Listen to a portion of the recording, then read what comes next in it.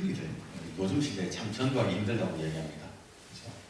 사람들이 참 복음을 받아들이지 않는 시대라고 이야기를 합니다. 세상이 변해서 사람들이 더 이상 천국, 구원, 영생 뭐 이런 영적인 것에 대해서 관심이 없어져 버린 것 같아요. 이 땅에서 많은 돈을 모으고 좋은 집에서 편안하게 맛있는 거 먹고 여행하고 즐기면서 살면 그것으로 만족한다 라고 생각하는 사람들이 많아진 것 같습니다. 맞아요. 세상 사람들의 가치관이 변해서 전도가 힘들어진 부분이 있습니다. 그게 답니까? 세상이 변한 만큼 사실은 어쩌면 교회도 변한 것 같아요. 그렇죠? 우리 예수님께서 제자들에게 너는 세상의 빛이라, 너는 세상의 소금이라 말씀하셨는데 교회가 세상에서 빛으로 소금으로서의 사명을 감당을 하지 못하고 죄로 오염된 그 세상의 문화를 교회가 따라다녔습니다. 같이 죄짓고 이 거룩한 하나님의 자녀로서의 그 구별됨이 없어져 버렸다는 얘기입니다. 목사를 비롯한 교회의 지도자들, 예수 오래 믿었던 사람들, 혹은 심지어 이제 막 전도를 받고 예수님을 구주로 영접한 사람이라 할지라도 그 모든 사람들이 그리스도인이라는 성도라는 그 존귀한 타이틀이 갖고 있는 의미를 잘 생각을 안 하는 것 같아요. 교회가 잃어버린 영혼을 건지는 영혼 구원에 주님의 마음을 품고 사역을 한다고 말을 하면서 세상 법이 컨트롤하지 못할 강력한 파워를 갖기를 원했습니다. 덩치가 커져가지고 투표권을 가지고 행사를 하는 것, 명예, 큰 교회, 멋진 교회, 아니면 사역이 다양한 교회, 어쨌든 다양한 형태로서 좋은 평판을 받기에 급한 모습도 있었고요.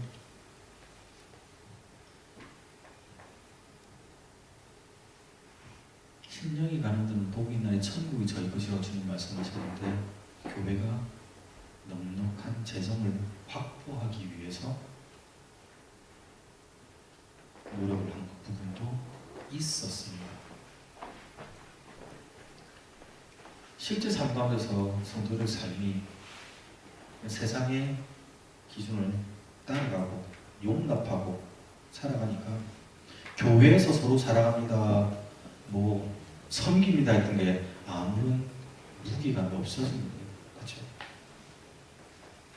누가 이제 더 이상 세상 사람들 못해 예수 믿는 사람들, 그리스도인들이 하는 말, 그들이 전하는 복음, 바울의 표현대로는 질그릇과 같은 내 속에 담겨있는 존귀하신 복의 예수 그리스도가 매력이 없어져 버렸다는 얘기였거든요.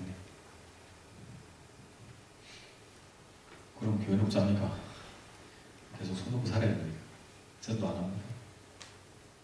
근데 생각해보면 전도하기 변했던 시기가 있었습니까? 교회 사적으로 보면 초대교회 지나고 중세 되기 전에까지는 아마 전도하기 변했던 것 같아요.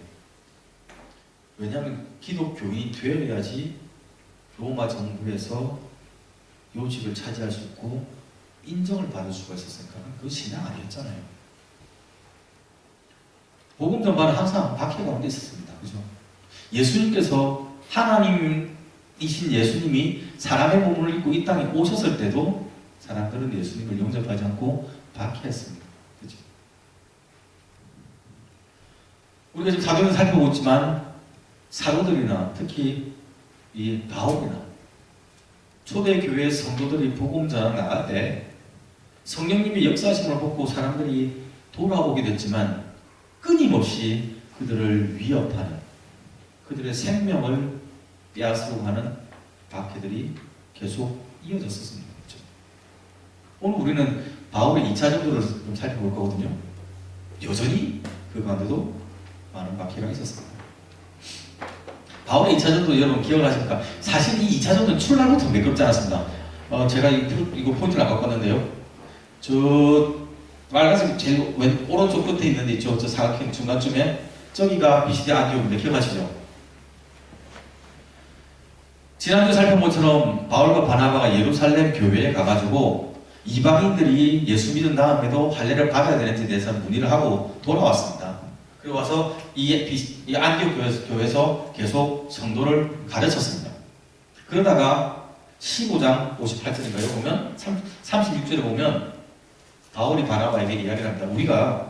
우리 1차 전도 때 살펴봤던 구브로나 아니면 저런 데 가가지고 그 교회의 성도들 한번 살펴보자라고 이야기를 합니다. 그러니까 자기가 복음의 씨앗을 뿌렸던 그 교회 성도들이 믿음 안에서 잘 자라는지 염려가 됐던 거예요. 바울이 아버지의 마음으로 그들을 걱정했던 겁니다. 그래서 두 사람이 그 교회들을 찾아보고 또 성도를 격려하려고 같이 동의가 됐습니다.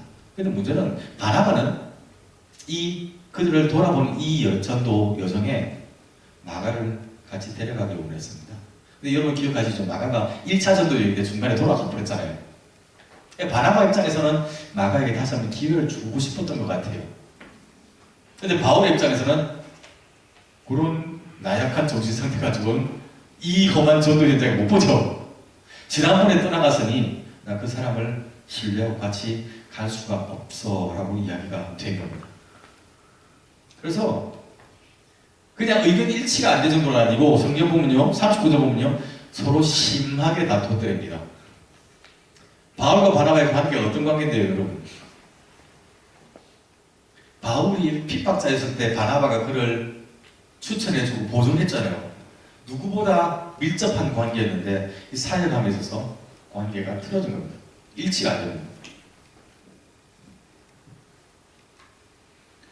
그럴 수가 없는 관계가 깨어져 버린 겁니다. 그래서 결국은 바나바는 마가를 데리고 구브로로 해서 제일 처음에 1차 전도 왔던 그쪽 동네로 가고요. 바울은 신라라는 사람을 택해가지고 그 사람과 함께 수리아 그리고 길리기아 시아 이 안디옥 바로 밑에 있는 요동입니다. 지금 원래 있던 이 안디옥 중심으로서 그쪽 교회의 그 지역들을 살펴보게 되었던 겁니다. 좀 당혹스러운 상황이에요. 선한 일을 하자고 하나님 일을 하자고 같이 교회 돌아보자고 이야기를 했는데 출발부터 삐끗거리는 겁니다. 교회 안에서 싸움 날 수 있습니다. 안 싸우는 게 제일 좋습니다. 로마서 12장에 그런 말씀이 있죠. 할 수만 있거든 너희는 모든 사람으로부터 모든 사람들과 더불어 화평하라 화목하라고 말합니다. 예수 믿는 사람들이 모이는 곳에 싸우는 거 비기 싫습니다. 분열되는 것이 아니고 회복시키는 역사가 나타나야 됩니다. 피스메이커라고 지난번에 제가 말씀드렸죠. 미워하는 사람들 틈에 그리스도 사랑이 들어가면 용납하고 품게 되잖아요. 근데 그거 말고요. 그렇게 살아가면 참 좋겠는데 도무지 그게 안 되는 경우가 있습니다. 하나님이 일을 하겠다는데 똑같은 비전을 가지고 있는데도 그 일을 하는 방법이 다를 수가 있습니다. 저는 바나바의 입장도 이해가 되고 바울의 입장도 이해가 됩니다. 그럴 수 있습니다. 물론 저는 기질상 훨씬 더 바울에 가깝겠죠. 바라겠으니까. 두 사람이 어떻게 합니까? 따로 팀 꾸려서 계속 전도했다는 얘기입니다. 이걸 기억하셔야 돼요. 하나님의 사역을 같이 해나가는 겁니다. 근데 도무지 일치가 안 되면 다른 방향으로 해나갈 수 있습니다. 비켜서는 것도 지혜일 수 있습니다. 항상 비켜서 게 옳다는 얘기가 아니라 두 사람이 흔들리지 않은 중심이 있다는 얘기예요. 바나바나 바울이 여전히 교회를 돌아보고 복음 전하겠다. 그들의 헌신이 사라지지는 않은 겁니다. 실제로 나중에 보면 우리가 지금 읽어봤지만 바울이 나중에는 이 마가를 용납하죠. 나에게 꼭 필요한 사람이라 그를 꼭 데려와라 이렇게 이야기하는 만큼 관계가 회복되는 겁니다. 그래서 다름이 미움으로 발전한 사람들입니다. 교회 안에서 신앙 안에서 그 사람과 나의 생각이 다름이 행동이 다름이 방식이 다른 것이 저거 왜 저래? 이러면서 배척하는 것이 아니라 다르기 때문에 다양한 형태로 복음을 전하는 것으로 나아가야지. 섬기고 화목해하는 것으로 나가지 좀 이상한 놈이야 라고 하면서 배척을 하면 그건 신앙의 원리에서 어긋나지 않습니다. 바울이 수리아나 아니면 길리기아 지역에서 사역을 하다가 그 다음에 이 아시아 지역으로 가려고 합니다. 아시아 지역은 오늘날 우리 터키 지역인데 여기 지금 조금 희미한데 저 중간 지역이 있는데 우리 소아시아 7개 같은 데 있죠. 저 지역이 아시아입니다. 오늘날 아시아는 우리가 한국이 아시아고 어디 샀습니까? 중국이 아시아고 그게 아니고 저 당시에 아시아라는 지명은 로마 제국에서 봤을 때 동쪽에 있는 이 지역을 아시아라고 합니다. 터키 지역에 소아시아에 있는 이 지역. 그래서 원래는 지금 여러분 저 빨간색 선을 따라가시면 돼요. 아시겠죠? 저기 안디옥에서부터 쭉 해서 길리기아 다소가 해가지고 쭉 가서 갔는데 그 다음에 아시아로 가려고 중간쯤으로 가려고 했는데 성경 뭐라고 합니까? 성령이 아시아에서 말씀을 전하지 못하게 막았더랍니다. 여러분 좀 당혹스럽지 않습니까? 성령께서 어떻게 막았는지 모르겠습니다. 뭐 환상 가운데 나타났는지 아니면 뭐 직접 말씀을 하셨는지 모르겠습니다. 그런데 명확하게 이 바울과 신라 그리고 그를 이 로마 이 사전에 기록한 누가나 또 다른 사람들 그러니까 바울 일행이 바울 선교팀 팀원들이 명확하게 느낄 만큼 이것이 하나님께서 이 일을 허락하지 않는구나라고 느낄 만큼 강력한 저항이 상황들이 허락되지 않은 것이 있었다는 얘기입니다. 그래서 저기서 빨간색 있는 데서 아시아로 못 가고요 북서쪽으로 올라갑니다. 북서쪽으로 올라가다 보니까 북쪽으로 올라가야겠다. 그래서 무시아에서 이 비두니아로 올라가겠다고 생각을 했습니다. 근데 성경이 그걸 또 막아요. 성경 표현대로 하나님의 영이 허락하지 않았더랍니다. 여러분 바울이 이때 무슨 생각을 했을까요? 여러분이 저 자리에 바울을 중심으로 하는 선교 팀원이었다면 여러분 어떤 생각을 했겠습니까? 하나님이 일하겠다고 선교사 하겠다고 팀 꾸리고 나왔는데 처음부터 비겁됐어요. 네, 교회 리더 둘이서 싸움 박스 난 겁니다. 간신히 선교팀 꾸려가지고 이제 지역 단위에서 사역을 하겠다고 갔는데 계획을 세우는 것마다 틀어지는 거예요. 하나님이 허락하지 않았다는 말이 어떤 의미인지 정확하게는 모르겠습니다만은 저는 그렇습니다. 우리가 계획한 대로 환경들이 허락하지 않는 겁니다. 내가 요리 가겠다고 생각했는데 가지 못할 상황이 생기는 겁니다. 예를 들어 산사태가 나든지 그쪽에 전염병이 생겼든지 가는 도로 사정이 없어지든지 어떤 형태로든지 자기가 볼 때 이거 못 가는 상황이 되는데 하나님이 우리를 인도하지 않는 상황인데 라고 느끼는 상황들이 자꾸 생기는 겁니다. 시작부터 그랬죠. 가다가 아시아로 가겠다는데 아시아를 막았죠. 그리고 위쪽으로 올라가게 위쪽도 막히죠. 바보로 지금 왜 통수라고 합니까? 갈 데가 없는 겁니다. 굉장히 아마 기운 빠지고 낙심할 수밖에 없는 상황이었을 겁니다. 그래서 다시 드로아로 내려왔더랍니다. 드로아 내려온 게 저 끝에 삼각형 제일 저 바다 건너가기 전입니다. 드로아로 내려왔습니다. 거기서 바울이 환상을 봤습니다. 바다 건너편에 오늘 이탈리아죠. 마게도니아 유럽 지역입니다. 마게도니아의 사람 한 사람이 환상 가운데 나타나서 마게도니아로 건너와서 우리를 도와주세요라고 요청을 하더랍니다. 아마 이 사실을 바울이 그 다음날 동료들에게 같이 나눴겠죠. 그래서 그 말을 듣고 그들이 하나님께서 마게도니아 사람을 돕기 위해서 그들에게 복음을 전하라고 자신들을 부르셨음을 성경에 표현하면 우리가 인정하고 그 팀 전체가 다 인정했다는 얘기예요. 환상을 바울이 봤는데 그러니까 아마 그 환상을 같이 공유했다고 제가 추측을 하는 겁니다. 그래서 마게도니아로 떠나가기로 힘썼더랍니다. 여러분의 삶에서 이런 경험 없습니까? 물론 단기소비로 안 가셨을 테니까 이런 경험이 없다고 하시겠지만 그거 말고요. 여러분이 무슨 계획을 세웠는데 이상하게 하는 것만 택하게 걸릴 때 있잖아요. 분명히 남들도 쭉 해왔고, 그리고 이 길이 검증된 길이고 괜찮은 길이고 합리적인 길이고 순탄하게 갈 것 같은데, 내가 하는 족족이 뭔가 사람이 막히면요, 실제로 보면요, 그들이 무시아에서 비두니아로 북쪽으로 올라가려고 애썼더랍니다. 다양한 시도를 했다는 얘기입니다. 근데 하나님의 영이 다 막아버린 거예요. 우리가 계획을 했는데 환경들이 탁탁 막혀서 우리의 계획이 틀어질 때가 있습니다. 인생에서. 왜 하필 나한테만 주지? 하나님이 뭐 하시노 대체? 이런 생각이 들 때가 있습니다. 그때 여러분 어떻게 행동하십니까?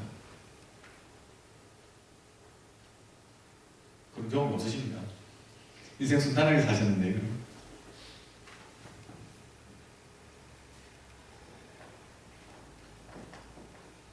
여러분이 하나님의 뜻 가운데 있는지 없는지 점검하셔야 됩니다. 그때가 중요한 기준입니다. 내가 지금 하나님의 뜻을 따라가고 있느냐 아니냐를 먼저 점검하셔야 됩니다. 선지자 가운데 요나라는 분 계셨죠? 기억나십니까? 하나님께서 요나에게 하나님의 뜻을 보여줬습니다. 니느웨로 가서 복음을 전해라. 그들이 부르짖음 나한테 닿았다. 그래서 내가 용서하겠다. 그래 네가 가서 회개를 촉구하면 회개할 테니까 내가 용서하려고. 요나가 하나님의 뜻을 신뢰했답니다. 그래서 하나님의 얼굴을 피해서 니느웨로 가지 아니하고 반대편인 다시스로 내려갔습니다. 다시스로 가니 마침 욥바로 내려가니 마침 다시스를 향해 가는 배가 딱 대기하고 있더랍니다. 성경에 보면 마침이라는 표현이 있어요. 대단하죠. 딱 라이트 타이밍이 퍼펙트한 거예요. 우리 운전하다가 보면 신호 하나도 안 막히고 축축축 나가잖아요. 굉장히 기분 좋잖아요. 자기가 하나님의 얼굴을 피해서 자기 계획대로 가는데 일이 다 잘 풀리는 거예요. 그래서 요나가 기쁘게 배값을 치르고 그 배에 점핑해서 탔습니다. 그런데 하나님께서 환경을 통해서 요나를 놨죠. 풍랑이 왔었죠. 모든 게 완벽해 보였지만 하나님 보시기에 그 길이 옳지 않았습니다. 그래서 하나님이 막으신 겁니다. 풍랑을 보고 요나가 알아차렸습니다. 이건 하나님의 심판이다. 하나님의 징계다. 요나가 그래서 선원들에게 뭐라고 합니까? 나를 들어서 바다에 던지라. 그리하면 바다가 너희를 위하여 잔잔하리라. 그 다음 말이요. 너희가 이 폭풍을 만난 것이 나 때문인 줄을 내가 아노라. 딴 사람 몰라요. 목사는 모르고 며느리도 모르고 아무도 몰라요. 그러나 여러분 자신은 알잖아요. 내가 지금 하나님 편에 서 있는가, 하나님의 반대되는 쪽에 서 있는가 점검하셔야 됩니다. 하나님께서 여러분의 발을 막으실 때 그것이 하나님의 징계라는 것을 여러분 알아채야 한다면 그때 돌아서야 되는 겁니다. 회개하실 시간입니다. 근데 만약에 바울의 일행처럼 하나님의 마음을 품고 하나님 일을 하겠다고 하는데 환경이 이상하다면, 오늘 성경의 표현대로 하나님의 영이 허락하지 않는다면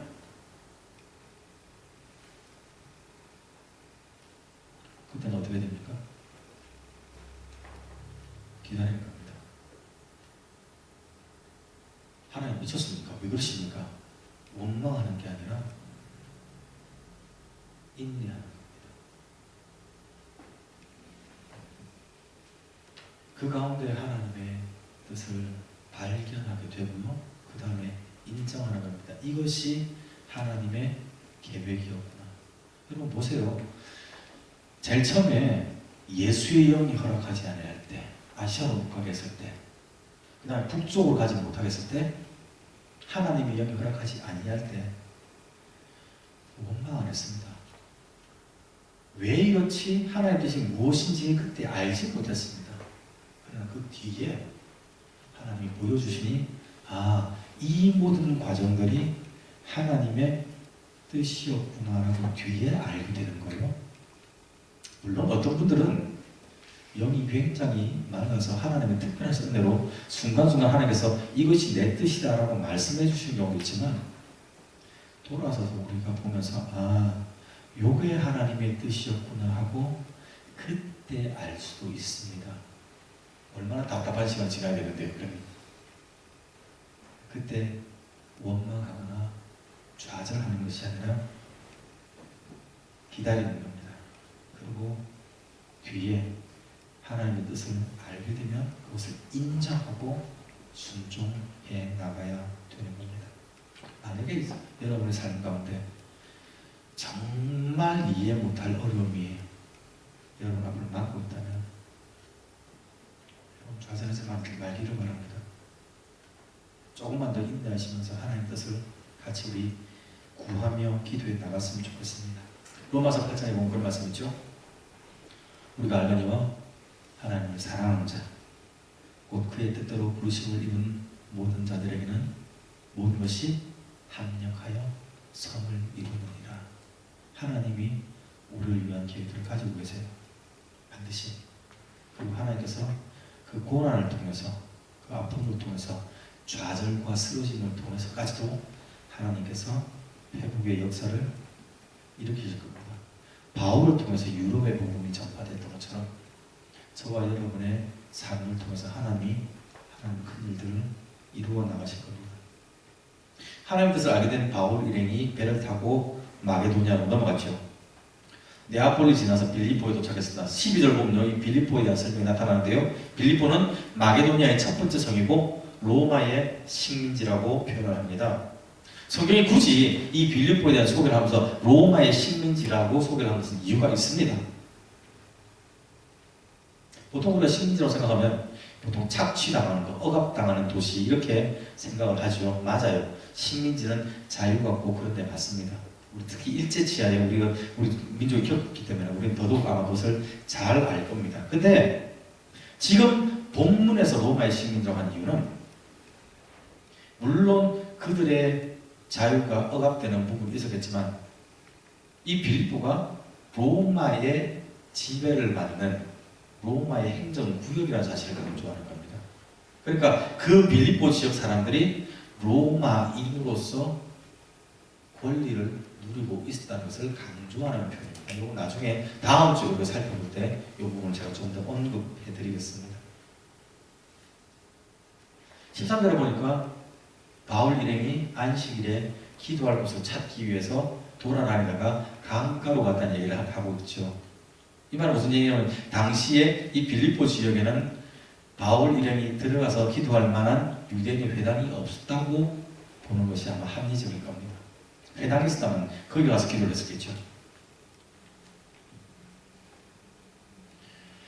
강가에 갔더니 기도하는 무리를 봤는데 여성들이었습니다. 당시 여성들의 사회적 지위가 오늘만큼 그렇게 높지 않았잖아요. 근데 바울은 그들에게 가서 그냥 복음 전합니다.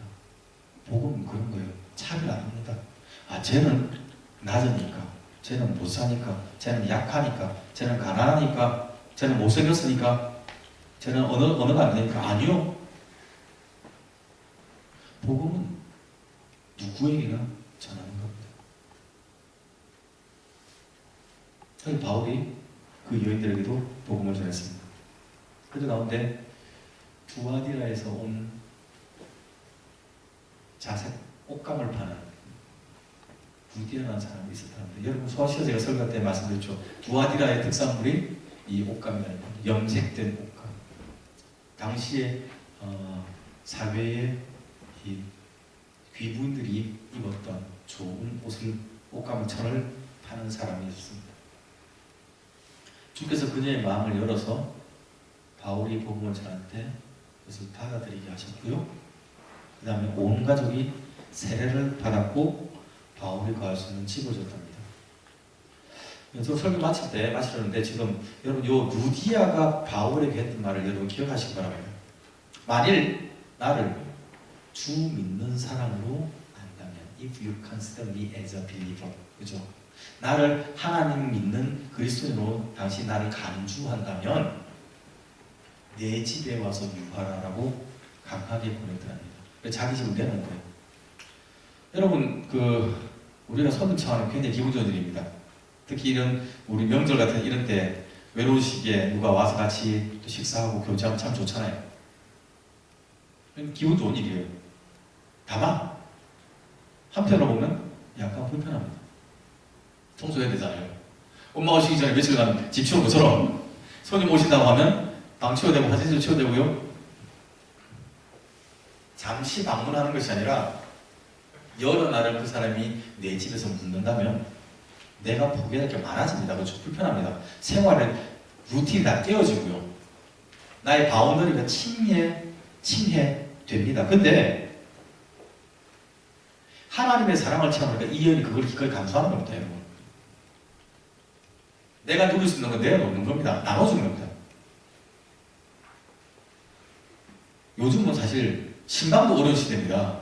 교우 목사가 댁에 찾아가도 될까 신방할까요? 하는 얘기를 잘 못하겠습니다. 목사 왜 이러세요? 저한테 왜 이러세요? 밖에서 만납시다. 그렇잖아요. 근데 이 루디아는 그러지 않았습니다. 내가 성도인 줄 안다면 내 집에서 먹으세요. 복음 전하는 방법 가운데 하나라고 생각합니다. 저는 우리가 기꺼이 먼저 우리의 문턱을 낮추는 것.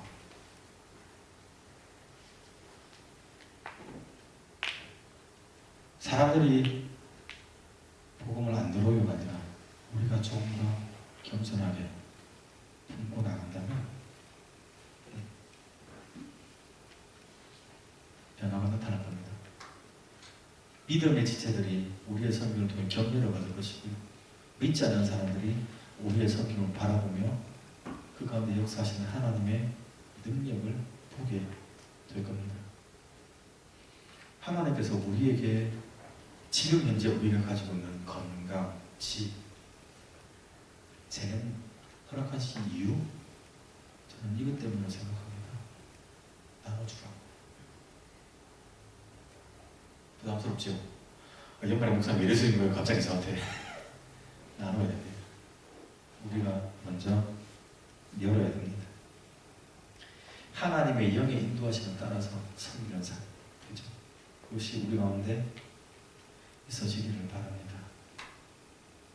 성령님께서 역사하시는 다양한 방법 가운데 한 방법으로 생각합니다. 분명히 여러분이 제가 체험하게 될 겁니다. 복음 안에서 하나 되는 역사, 회복된 역사, 풍성히 일어나기를 바랍니다. 기도합시다. 주님 감사합니다.